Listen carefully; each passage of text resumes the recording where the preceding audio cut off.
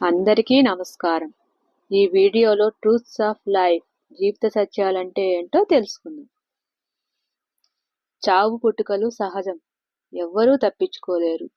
వివేకవంతులు వాటి గురించి ఆలోచించరు. దూరం అయ్యేవాళ్ళు చెప్పి వెళ్ళరు. మన అనుకునే వాళ్ళతో ఎప్పుడు చివరి మాటలు అవుతాయో తెలియదు. నీ తప్పు లేకున్నా, నిన్ను ఎవరు బాధ పెట్టినా ప్రతీకారం తీర్చుకోవటం చేతకాకపోయినా కాలం తప్పక శిక్షిస్తుంది. శ్రద్ధగా పనిచేయకుండా ఎవ్వరూ మంచి ఫలితాన్ని పొందలేరు. నిజాయితీగా బ్రతికే బ్రతుకులో ఉన్న తృప్తి మరెక్కడా కనపడదని గ్రహించాలి. నేను నీ రాబోయే కష్టాన్ని ఆపను, కానీ నీకు దానిని సులువుగా దాటడానికి శక్తిని ఇవ్వగలను. ప్రయత్నం ఎప్పటికీ వృధా కాదు. వైఫల్యం శాశ్వతంగా ఉండదు. కొన్నిసార్లు చిన్న ప్రయత్నము నీకు ఉన్నత స్థానాన్ని కల్పిస్తుంది. కాలం ఎప్పుడూ ఒకేలా ఉండదు. నిన్ను ఏడిపించే వాళ్ళకే ఏడవాల్సిన టైం వస్తుంది. కాస్త ఓపిక పట్టు.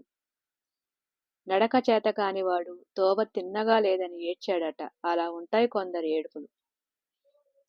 న్యాయం గెలుస్తుందన్న మాట నిజం, కాని గెలిచింది అంతా న్యాయం కాదు. భగవద్గీతలో స్పష్టంగా రాసి ఉంది, బలహీనమైంది మన పరిస్థితులు మాత్రమే, మనం కాదు. కష్టంలో చెయ్యి వదిలిన వాడిని, కష్టాలలో చెయ్యి అందించిన వాడిని, జీవితంలో ఈ ఇద్దరినీ మరువకు. మొదటి వాడికి ఆపద, అవసరం, ఆదరణల విలువ తెలియచేయి. రెండో వాడికి ఆ జన్మాంతం రుణపడి ఉండు. అందరిలో ఉండేది ఆత్మ ఒక్కటే కనుక ఒకరిని ద్వేషించడం అనేది తనను తాను ద్వేషించడమే అవుతుంది. ఒకసారి అర్జునుడు శ్రీకృష్ణుణ్ణి ఇలా అడిగాడు, ఈ గోడ పైన ఒక సందేశం రాయి. అది ఎలా ఉండాలంటే, సంతోషం వచ్చినప్పుడు చదివితే దుఃఖం కావాలి, దుఃఖంగా ఉన్నప్పుడు చదివితే సంతోషం కావాలి.